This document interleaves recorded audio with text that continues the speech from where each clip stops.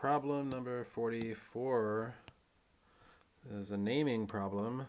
Write a formula that corresponds to each name. So this time you're given the name and you're asked to write the formula. You know what, make sure you do one of the other ones. I know I'm not going to do number 42, but make sure if you have the formula, you can write the name. Okay, so we're doing every other even problem, but if I were you, I would hit the odd ones here, 41 and 43. So we'll do 44. So you're given the name. Let's write the formula.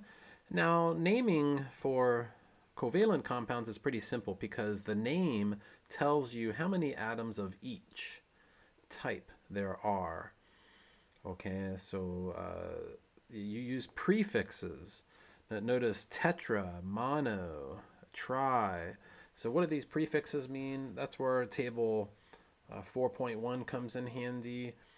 The prefixes tell you how many atoms of that type there are. 1 is mono, 2 is di, 3 is tri, and etc. Now, notice that some of these don't have prefixes: silicon, nitrogen, phosphorus, and that's because if the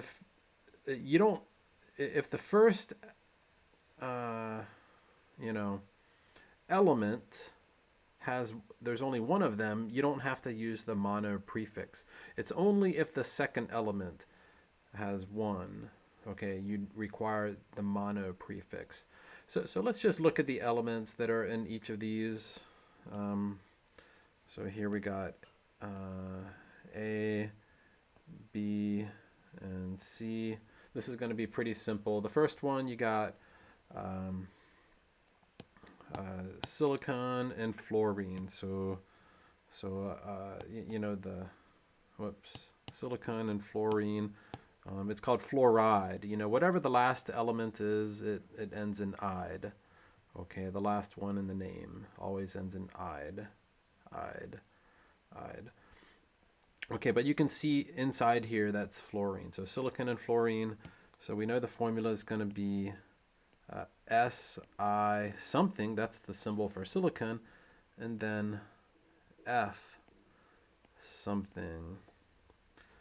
All right, now how many silicons and how many fluorines? Well, silicon doesn't have a prefix, so that the only reason it could not have a prefix is if there are one of them, because you can drop the mono prefix if it's the first element. Okay, so silicon, there's only one of these. You don't have to write the one in the formula either. You can drop the one. And tetrafluoride, so you got 4 fluorines. So SiF4, that's the formula, SiF4, and I guess I should write this fluorine a little bit closer to the silicon. There we go. Now what about this one? B, nitrogen monoxide. So you got nitrogen and oxygen here. And how many nitrogens, how many oxygens? Well, since we don't see a prefix on the nitrogen, there must be one of them. Okay, the mono prefix is dropped for the first element. But the mono prefix is required for the second one. Okay. And, there's 1 oxygen here. So you don't have to write ones in the formula. So that's it, nitrogen monoxide.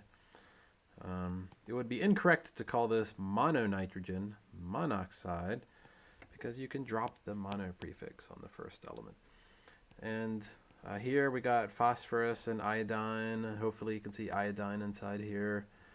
It always ends in "ide", remember, but you can see iodine. And so you got phosphorus is P, iodine is I.